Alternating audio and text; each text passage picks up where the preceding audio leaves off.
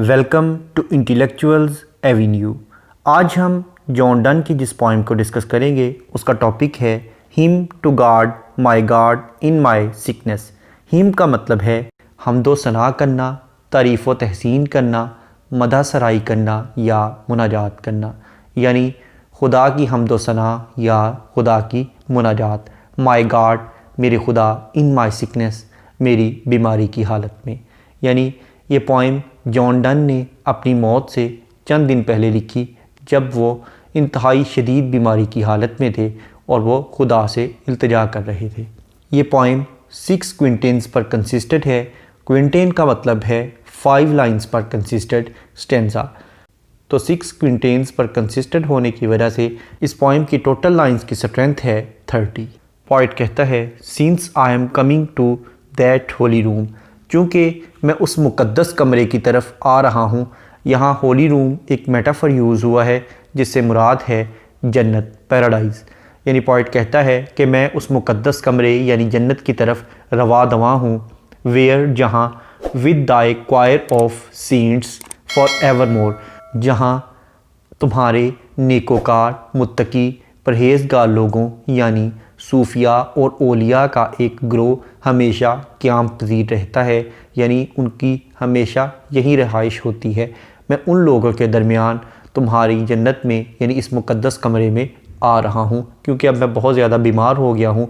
अब आगे मुझे मौत दिखाई दे रही है, तो मुझे उम्मीद है कि मैं उन नेकोकार बंदों में शामिल हो जाऊँगा जो कि हमेशा जन्नत में रहते हैं। यहाँ हमें जॉन डन की ऑप्टिमिज़म का भी पता चलता है कि वो खुदा से किसी अच्छी चीज़ की ही उम्मीद रखता है। I shall be made thy music, मैं तुम्हारी मौसीकी बन जाऊँगा, यानी मैं तुम्हारा नगमा सरा बन जाऊँगा। मैं तुम्हारी इतनी नगमा सराई करूँगा कि मैं ख़ुद ही तुम्हारा नगमा या तुम्हारा गीत बन जाऊँगा। As I come I tune the instrument here at the door, अब चूँकि मैं तुम्हारी जानिब आने वाला हूँ इसलिए मैं इस दरवाज़े पर खड़े होकर उन म्यूज़िकल इंस्ट्रूमेंट्स यानी उन मौसीकी के आलात पर एक ट्यून सेट कर रहा हूँ, एक धुन सेट कर रहा हूँ। उसी धुन पर मैं तुम्हारी मदा सराई करूँगा, मैं तुम्हारी हमदो सना बयान किया करूँगा। दरवाज़े से मुराद यहाँ पर पोइट डोर ऑफ डेथ का ले रहा है, यानी ये भी एक मेटाफर है कि वो कहता है कि अब मैं दरवाज़े पर खड़ा हूँ, यानी मौत के दरवाज़े पर खड़ा हूँ। मौत के दरवाज़े से गुज़रकर मैं सीधा जन्नत में आ जाऊँगा और यहाँ पर ए खुदा मैं तुम्हारी हमदो सना बयान किया करूँगा और तुम्हारी मौसीकी बन जाऊँगा। इसलिए मैं यहाँ आने से पहले म्यूज़िकल इंस्ट्रूमेंट्स पर यानी मौसीकी के आलात पर तुम्हारी हमदो सना के लिए एक ट्यून यानी एक धुन तरतीब दे रहा हूँ। And what I must do then, और वो काम जो कि मुझे लाजमन करना है, थिंक हेयर बिफोर, यहाँ मैं पहले से ही उसके बारे में सोच रहा हूँ। वो कौन सा काम है जो कि वो लास्ट लाइन में बयान कर चुका है कि मैं यहाँ पर आके तुम्हारी ही मदा सराई करूँगा, इसलिए उस मदा सराई के बारे में ही मैं सोच रहा हूँ, उसी की धुनें मैं तरतीब दे रहा हूँ। वाइल्स्ट माई फिजिशियंस, चूँकि मेरे जो तबीब हैं, by their love are grown, वो अपनी मोहब्बत के बायस हो गए हैं। क्या हो गए हैं? कॉस्मोग्राफर्स यानी नक्शा निगार हो गए हैं, नेविगेटर्स बन गए हैं। एंड आई देयर मैप, और मेरी हैसियत उनके नक्शे की सी है। हु लाई फ्लैट, जो कि बिल्कुल सीधा लेटा हुआ है। ऑन दिस बेड, इस बिस्तर पर, यानी बिस्तरे मर्ग पर जो कि लेटा हुआ है, जो कि मरने के करीब है। That bye them may be shown, ताकि वो मेरा मुशाहदा कर सके। यहाँ पोइट ने कॉस्मोग्राफर्स की एग्ज़ाम्पल दी है कि जिस तरह कॉस्मोग्राफर्स यानी नक्शा नगारों के सामने टेबल पर पूरा नक्शा पड़ा होता है, वो जैसे चाहें उसका मुशाहदा करें, इसी तरह से मैं भी अपने डॉक्टर्स के सामने उस नक्शे की तरह पड़ा हूँ। मेरा जिस्म भी उस नक्शे की मानिंद है जो कि बिस्तरे मर्ग पर लेटा हुआ है, ताकि मेरे जो तबीब हैं, मेरे जो हुक्मा हैं, मेरे जो इलाज करने वाले मुआलिजीन हैं, वो मेरे जिस्म का बगौर मुशाहदा कर सकें और वह मेरे लिए कोई दवा तजवीज़ कर सकें। That this is my south west discoveries, और जिस तरह से नक्शा नवीस जो होते हैं वो नक्शे पर साउथ और वेस्ट यानी मुख्तलिफ़ सिमतों में डिस्कवरीज़ करते हैं, मुख्तलिफ़ इलाक़ों की दरियाफ़तें उसी नक्शे से कर लेते हैं। तो मैं भी यही सोचता हूँ कि मेरे तब्बा, मेरे तबीब और मेरे मुआलिजीन जो हैं वो मेरे जिस्म को देखकर तमाम डायरेक्शंस का अंदाज़ा लगा सके कि मेरा जिस्म अब किस सिमत की जानिब जा रहा है। क्या वो तंदुरुस्ती की जानिब जा रहा है या क्या वो मौत की जानिब जा रहा है। यहाँ साउथ से मुराद है जनूब यानी बुलंदी का मुकाम यानी पैदाइश का मुकाम, और वेस्ट जो है यहाँ सूरज गुरूब होता है तो ये डेथ की अलामत है। वो कहना ये चाहता है कि वो जिस तरह से नक्शा नवीस जो होते हैं वो सिमतों का अंदाज़ा लगा लेते हैं, इसी तरह से मेरी जिस्मानी हालत को देखकर मेरे जो डॉक्टर्स हैं, मेरे जो तबीब हैं, वो इस चीज़ का अंदाज़ा लगा लेंगे कि क्या मैं अब रीबर्थ की तरफ जा रहा हूँ या मैं डेथ की तरफ जा रहा हूँ, यानी या क्या मैं मौत की वादी में जा रहा हूँ या क्या मैं तंदुरुस्ती और सेहतियाबी की तरफ जा रहा हूँ। पर फ्रेटम फेब्रिस यानी बुखार के पुरआशोब और मुश्किल गुज़रगाहों से होता हुआ by these streets to die, मैं सीधा मौत की जानिब चला जाऊँगा। इस बुखार की जो सख्त और मुश्किल गुजार रास्ते हैं इनसे गुज़रता हुआ अब मैं सीधा मौत की तरफ ही जा रहा हूँ। आई जॉय, मैं इस बात से खुश हूँ दैट के इन दीज स्ट्रीट्स, इन हमवार रास्तों से गुज़र कर आई सी माई वेस्ट, मुझे अपना मगरब दिखाई दे रहा है, यानी मुझे वो जगह दिखाई दे रही है जहाँ सूरज गुरूब होता है, यानी मुझे अपनी ज़िंदगी का सूरज गुरूब होता हुआ दिखाई दे रहा है, मुझे अपना मगरब दिखाई दे रहा है।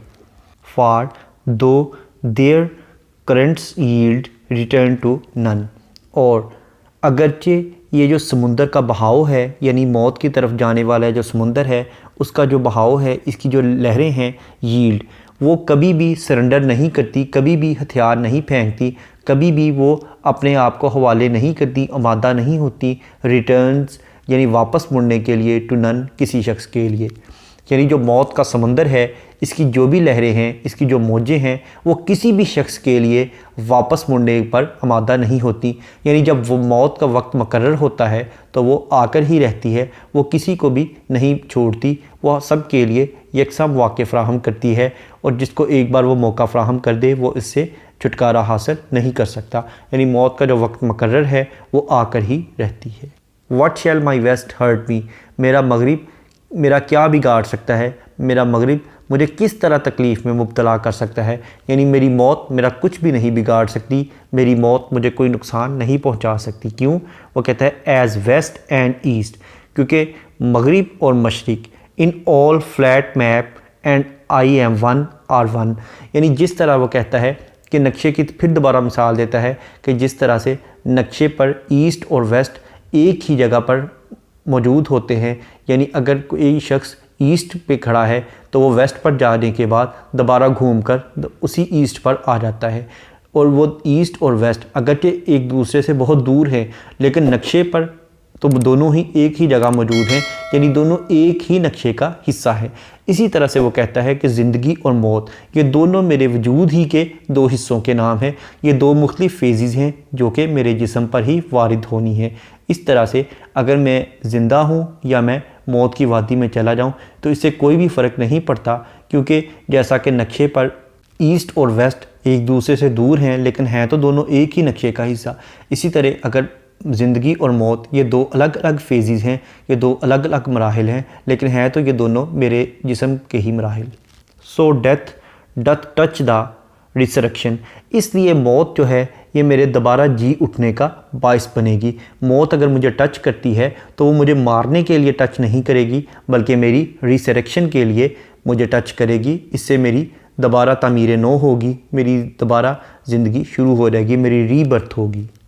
Is the Pacific C my home, क्या बहरुल काहिल मेरा घर है, और या फिर आर द ईस्टर्न रिचेज़, या मशरकी दौलत मेरा मुकाम है। इज़ जेरूसलम, या यरूशलेम मेरा मुकाम है।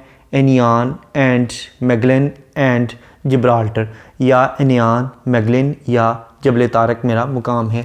यानी जिस तरह से नक्शे पर इंसान किसी भी जगह अगर मौजूद हो, ख्वाह वो जेरूसलम यानी यरूशलेम में हो, ख्वाह वो इनियान में हो या मैगलन में हो या जबल तारिक में हो, नक्शे पर वो जिस जगह पे भी मौजूद हो लेकिन रहेगा तो उसी नक्शे पर ही। तो इस तरह से वो कहता है कि मेरा कुछ भी मुकाम हो तो रहूँगा तो मैं इसी कायनात में ही, इसी खुदा की कायनात में ही रहूँगा। इसलिए मुझे इस चीज़ से कोई फ़र्क नहीं पड़ता कि मेरा कोई भी मुकाम हो, मेरे लिए सब बराबर हैं, क्योंकि ये पूरी की पूरी कायनात एक ही खुदा की है। ऑल स्ट्रीट्स, तमाम सीधे रास्ते, एंड नन बट स्ट्रीट्स, ये सब जो रास्ते हैं ये महज सीधे रास्ते के अलावा कुछ नहीं हैं, आर वेज टू देम, और ये एक ही जगह का रास्ता है। वेदर वेयर जेफिट ड्वेल और जैम और सेम, या फिर जहाँ हज़रत नूह अलैहिस्सलाम के बेटे यानी जेफिट, शैम या सैम ने सुकूनत इख्तियार की थी, क्या वो मेरा ठिकाना होगा। यानी ये जितने भी रास्ते जाते हैं इनसे मुझे कोई फ़र्क नहीं पड़ता, ख्वाह मैं उन जगहों पर चला जाऊँ, यानी ख्वाह मैं यरूशलेम में हूँ, एनियान में हूँ, मैगलन या जबल तारिक पे हूँ, या फिर मैं नूह अलैहिस्सलाम के बेटों यानी जेफिट, चैम और सैम के साथ रहूँ, मुझे इससे कोई फ़र्क नहीं पड़ता। We think that paradise and Calvary, हम जन्नत का ख्याल करें या कैलवरी का ख्याल करें।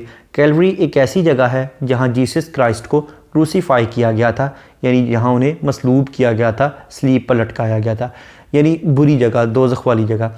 वो कहता है कि ख्वाह हम जन्नत का ख्याल करें या किसी बुरी जगह का तसव्वुर करें, क्राइस्ट्स क्रॉस एंड एडम्स ट्री, ख्वाह हम उस स्लीब का तसव्वुर करें जहाँ हज़रत ईसा अलैहिस्सलाम को लटकाया गया था, या हम उस दरख्त का ज़िक्र करें जिसका फल खाकर, जिसका सेब खाकर हज़रत आदम अलैहिस्सलाम को जन्नत से निकाल दिया गया था। स्टूड इन वन, वो दोनों एक ही मकाम हैं, यानी बुरा या अच्छा ये इंसानों के लिए हैं, लेकिन खुदा को की नज़र से अगर देखें तो तमाम मकामात बराबर हैं। Look lord and find both Adams met in me, ए मेरे खुदा मेरी तरफ नज़र करो, मुझे देखो, मेरे अंदर दोनों ही आदम मौजूद हैं, यानी वो आदम जो पहले थे, यानी जिनके गलती से उन्हें जन्नत से निकाल दिया गया क्योंकि उन्होंने एक एप्पल को खा लिया था, इसलिए फॉरबिडन एप्पल को खाने की वजह से उन्हें जन्नत से निकाल कर इस ज़मीन पर भेज दिया गया।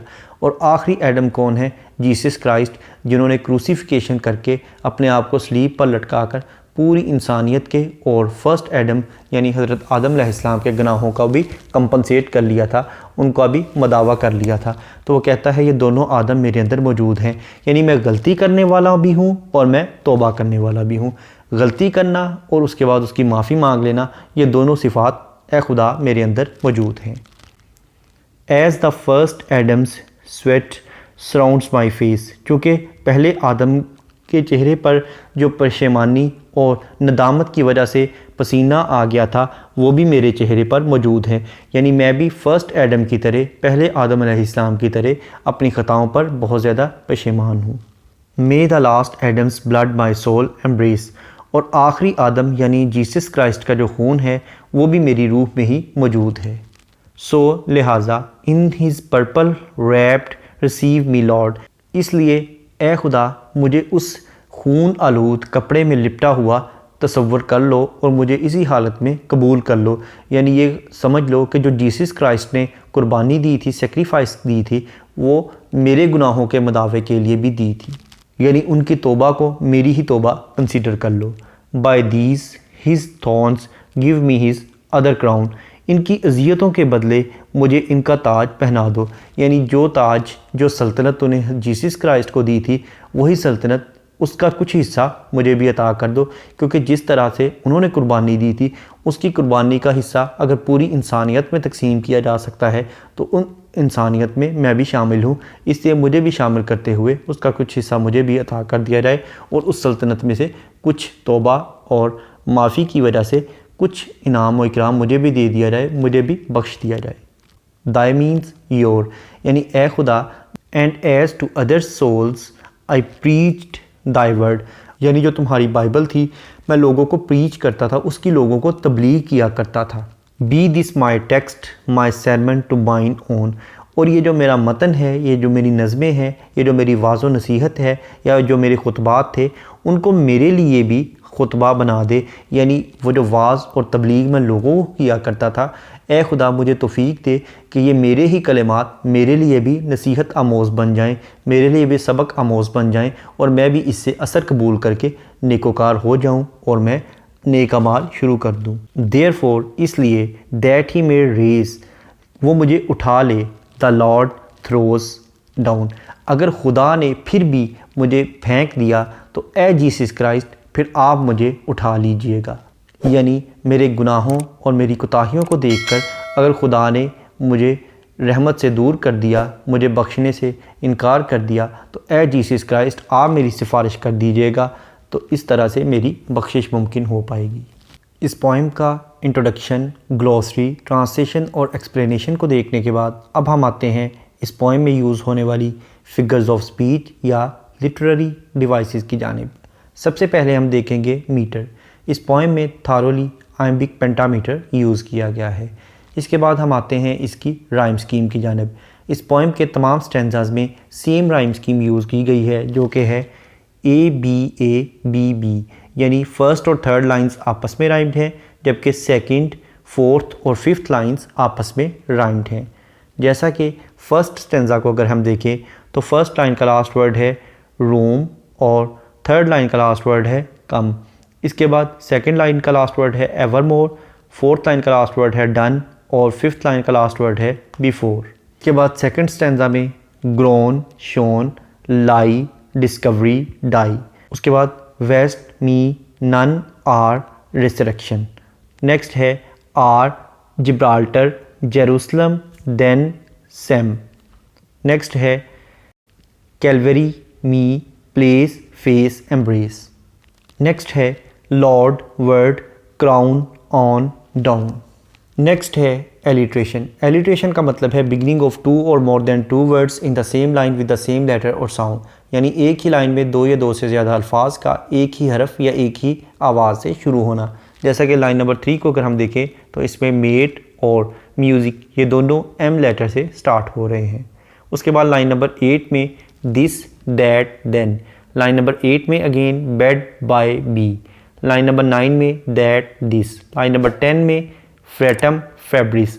लाइन नंबर 11 में दैट, दीज। लाइन नंबर 12 में दो, देयर। लाइन नंबर 13 में माई, मी। लाइन नंबर 15 में डेथ, डथ। लाइन नंबर 23 में लुक, लॉर्ड।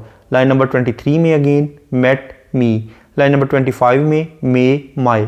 लाइन नंबर 29 में माई, माइन। लाइन नंबर 30 में देयरफॉर, दैट। नेक्स्ट है कॉन्सोनेंट्स। कॉन्सोनेंट्स का मतलब है use of same consonant letter in the two neighbouring words, यानी दो अल्फाज में एक ही कॉन्सोनेंट लेटर का इस्तेमाल करना। जैसा कि लाइन नंबर 4 में इंस्ट्रूमेंट और एट इन दोनों के एंड पर टी लेटर यूज़ हुआ है, जो कि एक कॉन्सोनेंट है। उसके बाद लाइन नंबर 6 में माई, बाय। लाइन नंबर 8 में फ्लैट, दैट। लाइन नंबर 10 में फैब्रिस, स्ट्रीट्स। लाइन नंबर 11 में जॉय, माई। लाइन नंबर 13 में what, west, hurt. Line number 14 में west, east, flat. Line number 15 में डेथ, डथ। लाइन नंबर 22 में एंड, स्टूड। लाइन नंबर 26 में wrapped, Lord. Line number 27 में as, others, souls. Line number 28 में and, preached, word.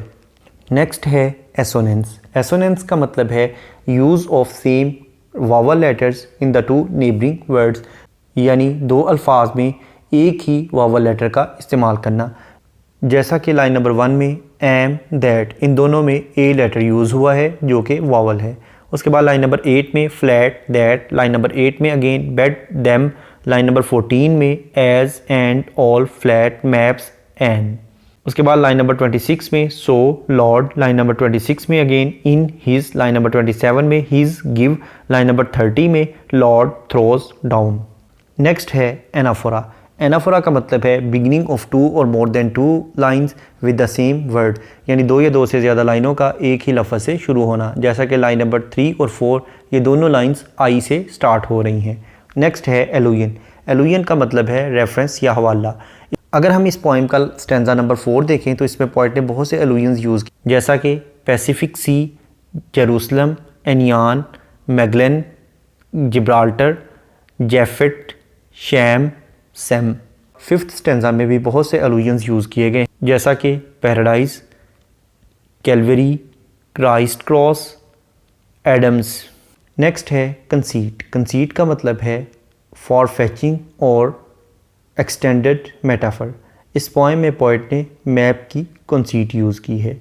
Next अगर हम इस poem के थीम्स को देखें तो इसमें डेथ का थीम बहुत ज़्यादा प्रोमिनेंट है और पोइट ऑप्टिमिस्ट है कि खुदा उसे बख्श देगा और उसे नेकोकार बंदों में शामिल कर देगा और उसे जन्नत पे जगह देगा जहाँ वो खुदा की हम्द व सना बयान किया करेगा। और वो साथ साथ कहता है कि अगर मेरे गुनाहों की वजह से खुदा ने मुझे अजाब देने का सोच लिया तो ए जीसस क्राइस्ट आप मुझे बख्श दीजिएगा। और इससे पहले वही खुदा से ये भी कह चुका है, ये भी इल्तिजा कर चुका है कि जो जीसस क्राइस्ट ने क्रूसीफिकेशन से सेक्रीफाइस किया था, ए खुदा उसकी वजह से मुझे बख्श देना। नेक्स्ट है एंजॉयमेंट। एंजॉयमेंट का मतलब है कि अगर किसी लाइन को पढ़ने के बाद उसकी प्रॉपर अंडरस्टैंडिंग डेवलप ना हो बल्कि उसके लिए नेक्स्ट लाइन को पढ़ने की ज़रूरत हो तो ऐसी लाइन को रन ऑन लाइन कहते हैं और इस टेक्निक को एंजॉयमेंट कहते हैं। जबकि इसके बरक्स अगर किसी लाइन को पढ़ने के बाद उसकी प्रॉपर अंडरस्टैंडिंग डेवलप हो जाए तो ऐसी लाइन को एंड स्टॉप लाइन कहते हैं।